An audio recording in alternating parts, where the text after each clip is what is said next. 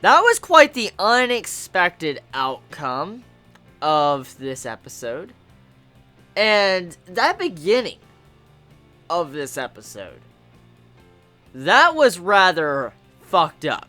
Just diving into the psyche of the killer, the teacher, and seeing how he looks at what he does. Like the hamster analogy of how he was young and he drowned a bunch of hamsters. And then eventually when he came back, one of the hamsters were on the corpses of the others. That is some dark shit.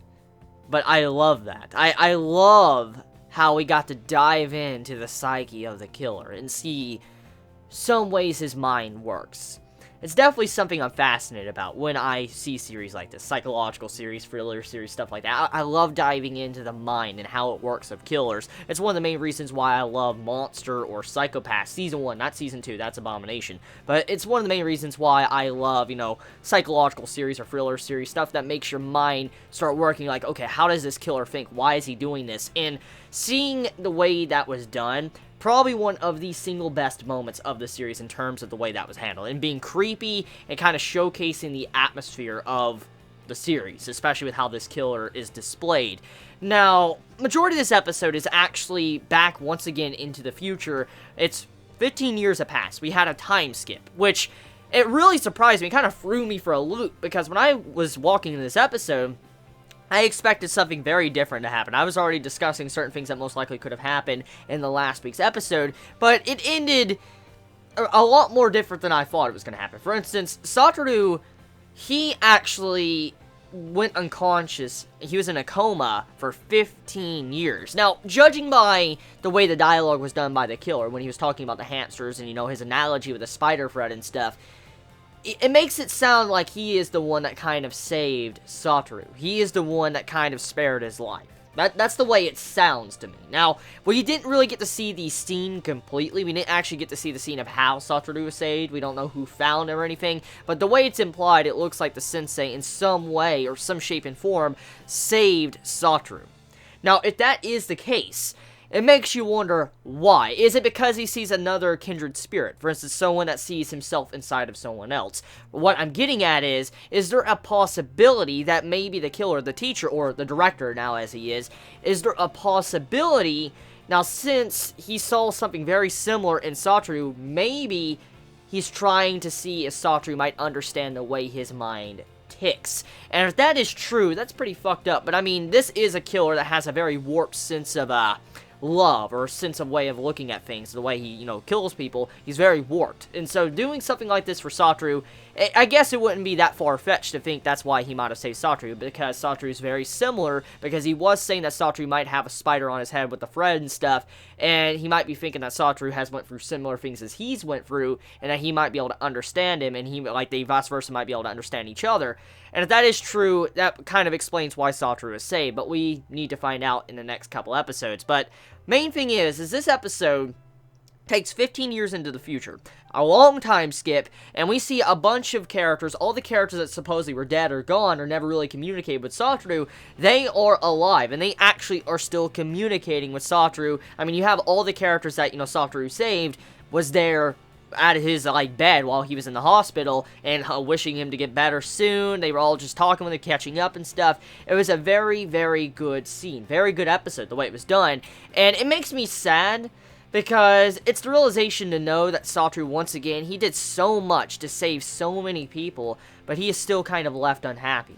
And it makes me sad. It really does, because what makes me saddest of all when I watched this episode was how Satoru went so far for Kaio for so many episodes, but then Kaio is with someone else. And I'm not going to put down Kaio. I'm not even going to put her down, because I understand her reasonings, and I mean, I never went through that, and I don't think many of us have probably ever went through that. I mean, that's very unlikely. But the main thing is if someone went unconscious, okay? Let's back up. Let's say Kaio liked Satoru. She had romantic feelings for him, which I'm willing to bet she did.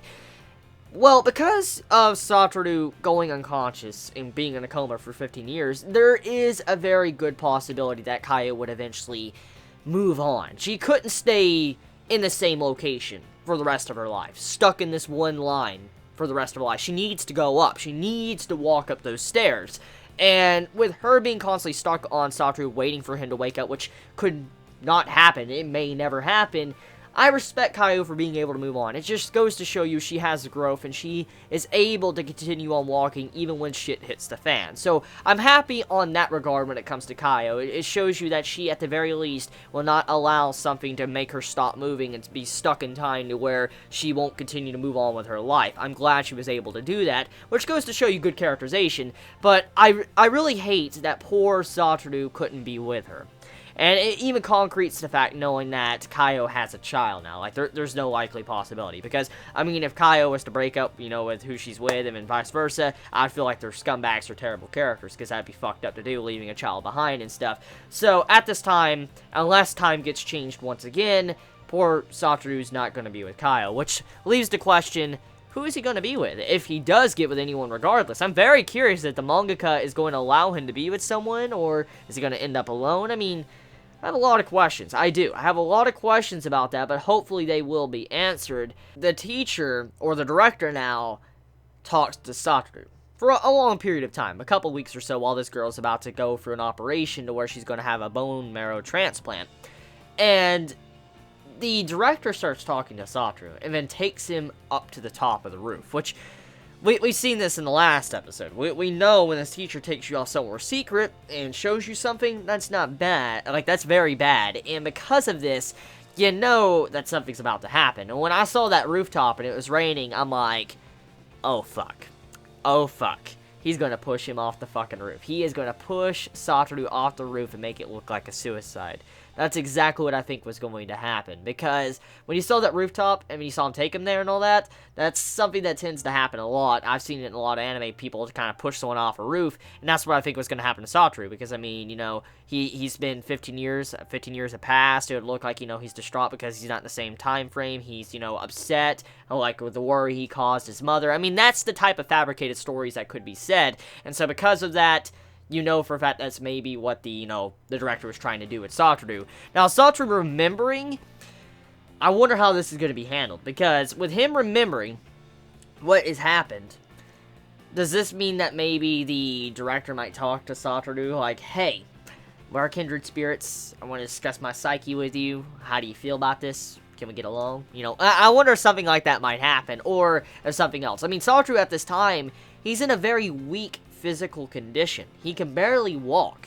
He's in a wheelchair. So because of this, he can't really fight back against a man that can walk, and looks like he might be seasoned a little bit, along with, you know, being able to fight back at the very least. So Satoru at this time, he's not in a good situation regardless. I mean, I don't think the director will do anything, actually, now that I think about it, because if Satoru does fight back, like if there is a possibility he fights back, which I highly doubt he'll allow someone to push him off the fucking, you know, top of the roof, there will honestly look like a sign of struggle. There might be some form of bruises, hand marks that maybe the director will leave on Satoru, which could cause to show signs of, you know, foul play, and which would lead into, you know, finding out that Satoru was thrown off the roof. So if Satoru, let's say, does die, let's just throw that out there. Let's just say that the director does push Satoru off the roof, okay? Let's just say that happens.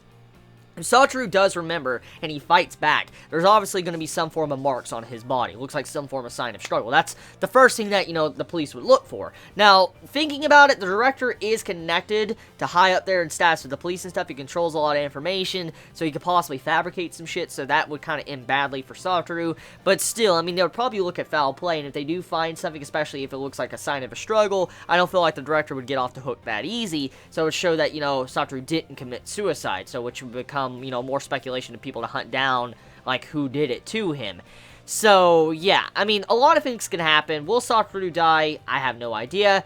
Do I hope that he goes back in time and some things could be changed? Maybe he can be with Kaio or someone? Yeah, I do. But, I mean, if it doesn't happen, let's just see how it goes. But the episode was fantastic. I loved it, and definitely quite the surprise to see how it was executed. I didn't expect to see, you know, Satoru in a coma, and then wake up. And it was very emotional seeing how far the mother went for her child. I mean, if you're a parent, you'll do anything for your child, but just to see how she did that for 15 years straight, 4 hours a day, that's a lot. That is a lot of effort, a lot of time, a lot of time for 15 years.